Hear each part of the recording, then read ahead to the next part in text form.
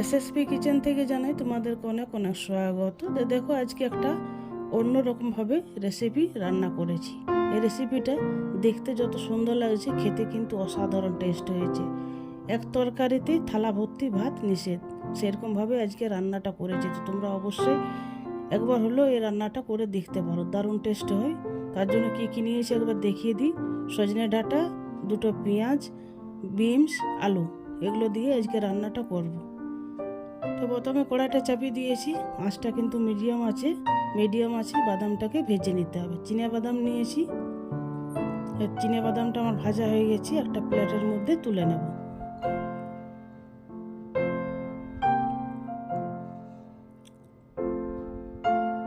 বাদামটা ছালটা ঠান্ডা হলে পরে ছাড়িয়ে নেব।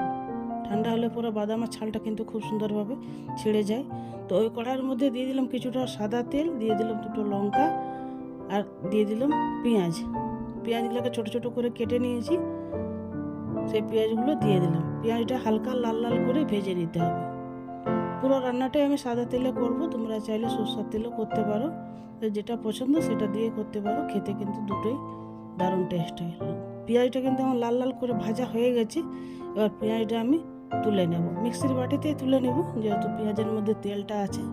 তাই তেল, পেঁয়াজ, লঙ্কা সব মিক্সির বাটিতে দিয়ে একটা ভালো পেস্ট করে নিতে হবে।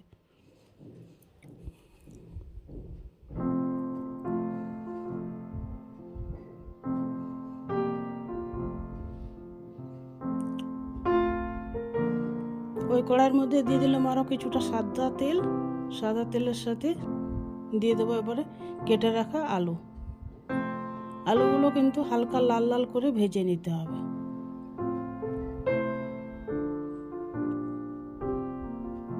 এই আলুর মধ্যে দিয়ে দিলাম 1 চিমটি মতো লবণ আর 1 চিমটি মতো হলুদ। আর হলুদ লবণটা ভালো করে আলুর সাথে মিশিয়ে নিতে হবে।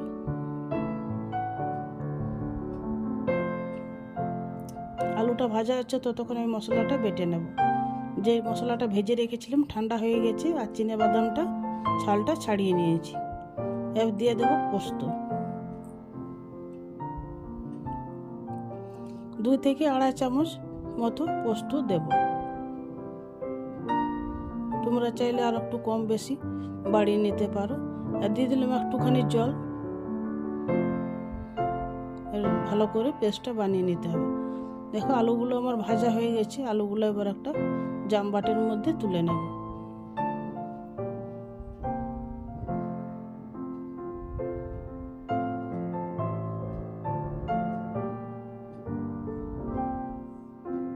আলুগুলো আমার ভাজা হয়ে গেছে, দেখো কতটা সুন্দর লাগছে দেখতে। ওই তেলের মধ্যে দিয়ে দিলাম 5 ফোড়ন, দিয়ে দিলাম কেটে রাখা বিনস, দিয়ে দিলাম কেটে রাখা সজনা ডাঁটাগুলো আমি একবার গরম জলে ফুটিয়ে নিয়েছি, কারণ একটু সজনা ডাঁটাগুলো একটু মোটা মোটা আছে, তো একটু কাঁচা ভাব লাগতে পারে, তাই আমি একটু গরম জল দিয়ে ফুটিয়ে নিয়েছি। দেখো ততক্ষণ আমার মশলাটা কিন্তু বাটা হয়ে গেছে, খুব সুন্দর বাটাটা হয়েছে।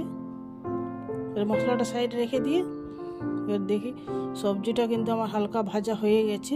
এবার দিয়ে দেবো ভেজে রাখা আলুগুলো, দিয়ে দেবো স্বাদ মতো লবণ। যেহেতু আমি আগে একটু লবণ দিয়েছি, তাই একটু কম করে লবণটা দেব। লবণটা দিয়ে ভালো করে আবার মিশিয়ে নিয়েছি। এবার দিয়ে দেবো একটুখানি জল। এতে খুব সুন্দরভাবে সব সবজিগুলো সিদ্ধ হয়ে যায়। এবার একটুখানি ঢাকা দিয়ে রেখে দেবো মিডিয়াম আছে।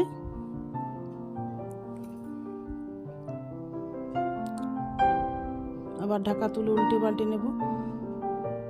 সব জলটা কিন্তু শুকিয়ে গেছে, জল কিন্তু এক ফোঁটা নেই, দেখো তেল অনেকটাই বেরিয়েছে, আর সবজিগুলো কিন্তু সিদ্ধ হয়ে গেছে। একটা আলু কেটে দেখিয়ে দিই, দেখো খুব সুন্দরভাবে সিদ্ধ হয়ে গেছে। আমি নতুন আলু নিয়েছি, তাই আলুটা সিদ্ধ হতে বেশি টাইম লাগবে না।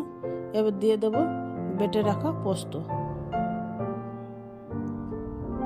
এরকমভাবে রান্না করে দেখবে, দারুণ টেস্ট লাগে খেতে।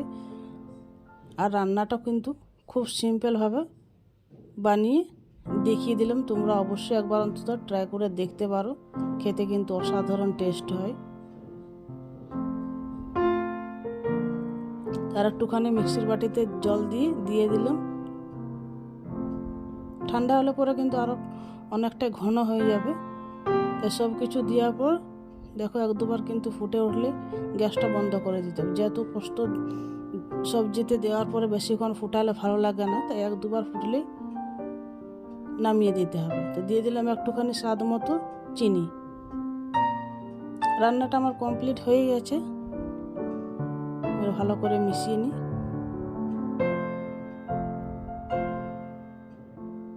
কতটা সুন্দর লাগছে দেখতে। তোমরা চাইলে এই রান্নাতে আরও অনেক কিছু সবজি দিতে পারো যেগুলো পছন্দ। তা নামানোর আগে দিয়ে দিলাম 1 চামচের মতো সরষের তেল। পোস্তর মধ্যে একটু সরষের তেল দিলে টেস্ট কিন্তু দারুণ হয়। নামানোর আগে একটু সরষের তেল অবশ্যই একটুখানি দেবে, তাহলে খেতে কিন্তু আরও টেস্ট হবে। গ্যাসটা বন্ধ করে দিয়েছি। আর তেলটা দেওয়ার পর আর একটু মিশিয়ে নিই। দেখো ঝোলটা কিন্তু অনেকটাই ঘন হয়ে গেছে। এবার একটা প্লেটের মধ্যে তুলে দেখিয়ে দিই কীরকম রান্নাটা হয়েছে। গন্ধটা কিন্তু দারুণ বেরিয়েছে।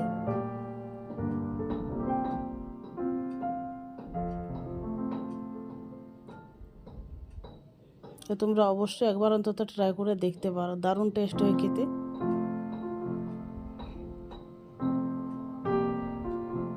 পুরো ভিডিওটা দেখার জন্য অসংখ্য ধন্যবাদ জানাই।